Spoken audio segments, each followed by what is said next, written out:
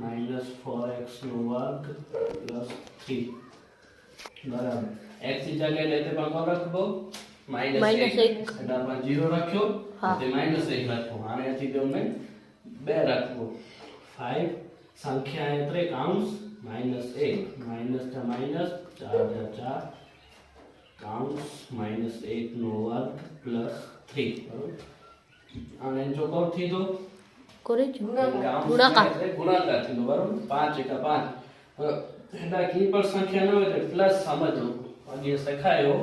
એડા આગે માઈનસ નો હોય તો સમજવું પ્લસ બરાબર પ્લસ સમજવું 5 પ્લસ में नहीं माइनस में प्लस माइनस प्लस 3 5 1 5